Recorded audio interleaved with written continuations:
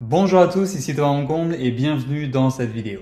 Comme beaucoup de Québécois, peut-être que vous comptez sur les prestations du gouvernement, régime des rentes du Québec, pension sécurité vieillesse, pour assurer une bonne partie de vos revenus pour la retraite. Cependant, en tant que conseiller, je vois souvent beaucoup d'erreurs, notamment par rapport aux demandes de ces prestations, qui peuvent venir réduire de plusieurs milliers de dollars vos revenus de retraite jusqu'à la fin de votre vie.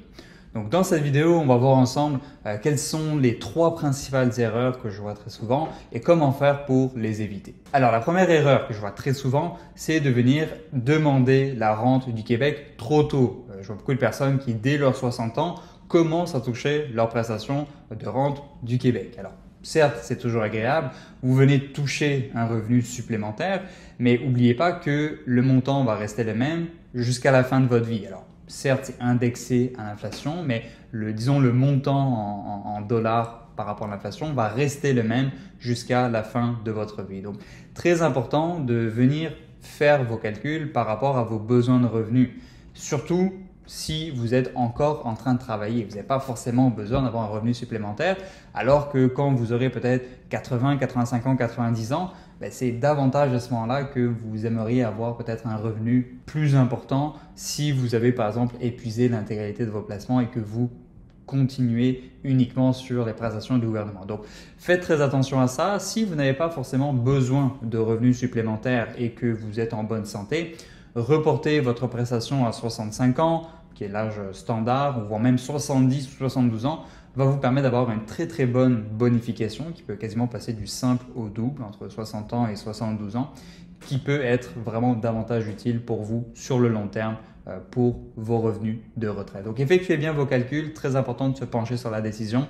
Si par contre, par exemple, vous avez je sais pas, une santé un peu plus à risque qui pourrait mettre en péril votre espérance de vie, à ce moment-là, oui, effectivement, demander les prestations plus tôt pourrait être davantage bénéfique. Mais encore une fois, très important de venir faire vos calculs. C'est un petit peu le même principe pour la pension sécurité vieillesse au fédéral, sauf que vous pouvez commencer à 65 ans et venir reporter jusqu'à 70 ans.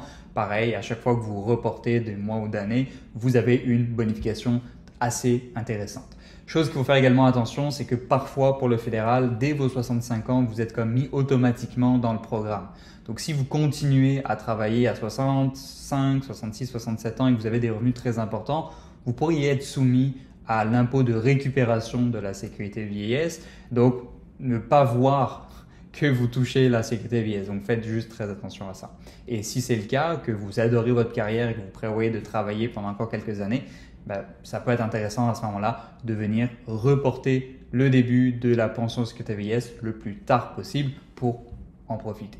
Ce qui nous amène à la deuxième erreur, c'est de ne pas venir coordonner les prestations du gouvernement, rente du Québec, sécurité vieillesse, avec vos autres revenus. Comme je disais jusqu'avant, si vous continuez à travailler, passer 65 ans, 67 ans, etc., peut-être que vous avez des revenus qui vous suffisent avec votre travail et à ce moment-là, vous pouvez vous permettre de venir reporter les prestations du gouvernement le plus tard possible pour avoir des revenus plus intéressants par la suite jusqu'à la fin de votre vie pour votre retraite. Chose également à prendre en considération, c'est la taille de vos placements. Surtout si vous avez des comptes REER très importants. Vous savez, le compte REER à partir de vos 71 ans et 72 ans, vous devez le convertir en compte FER et venir décaisser un certain pourcentage minimum chaque année. Si vous avez un très gros compte REER, vous pourriez avoir des revenus obligatoires que vous devez forcément décaisser, très important, et donc vous pourriez vous être amené à payer beaucoup d'impôts, voire même si vous dépassez le seuil d'autour de 90 000 $ pour la pension de sécurité vieillesse, vous pourriez avoir à rembourser une partie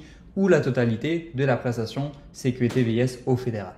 Donc ça peut être intéressant de venir bien regarder quels vont être vos revenus et coordonner le tout pour peut-être venir décaisser de façon accélérée votre REER pendant que vous ne touchez pas encore les prestations du gouvernement pour venir payer moins d'impôts, quitte à réinvestir une partie après dans un compte CELI ou un compte non enregistré. Comme ça, dès que vous allez commencer à toucher les prestations du gouvernement, vous allez avoir les autres revenus qui seront plus faibles, donc vous paierez moins d'impôts et vous pourrez garder plus d'argent dans vos poches. Donc bien sûr, ça c'est quelque chose qui se prévoit à l'avance, il ne faut pas faire ça à la dernière minute. Et enfin, troisième erreur à éviter, c'est de ne pas venir coordonner le début des prestations entre vous et votre conjoint. Okay? Effectivement, dans certains cas de figure, ça peut être très intéressant. Peut-être que l'un des deux conjoints commence à avoir les prestations dès le début de votre retraite et que l'autre puisse venir reporter à plus tard pour venir avoir des montants plus importants pour le reste de la retraite. Ça, c'est important pour venir optimiser vos revenus de couple, mais aussi également en cas de décès de l'un des conjoints. Effectivement, ça, c'est des choses que parfois les personnes ne prennent pas en compte, mais lorsque l'un des deux conjoints est amené à décéder, c'est une perte significative de revenus de parfois 10, 15, 20 000 dollars ou plus, parfois dans certains cas de figure.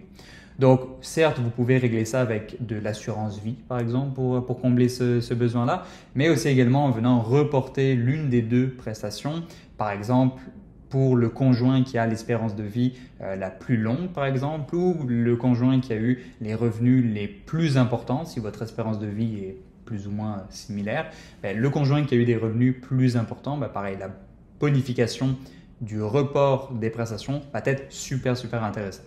Donc à ce moment-là, si l'un des deux conjoints est amené à décéder, l'autre conjoint qui a l'espérance de vie plus longue va pouvoir quand même subvenir à ses besoins parce qu'il aura reporté sa rente Sécurité vieillesse puis rente du Québec, donc aura des revenus plus conséquents jusqu'à la fin de sa vie.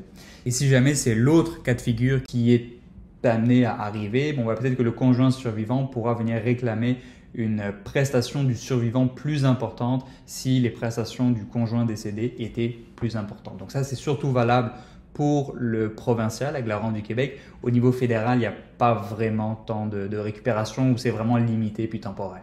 Donc c'est plein de petites erreurs comme ça, mais qui, mis bout à bout, peuvent venir impacter significativement votre retraite. Mais la bonne nouvelle, c'est qu'avec une bonne préparation à l'avance, vous pouvez venir éviter ces erreurs et garder beaucoup plus d'argent dans vos poches, qui est égal à une bien meilleure retraite. Donc si vous avez des questions, n'hésitez pas à les marquer dans les commentaires. Sinon, on se retrouve dans la prochaine vidéo.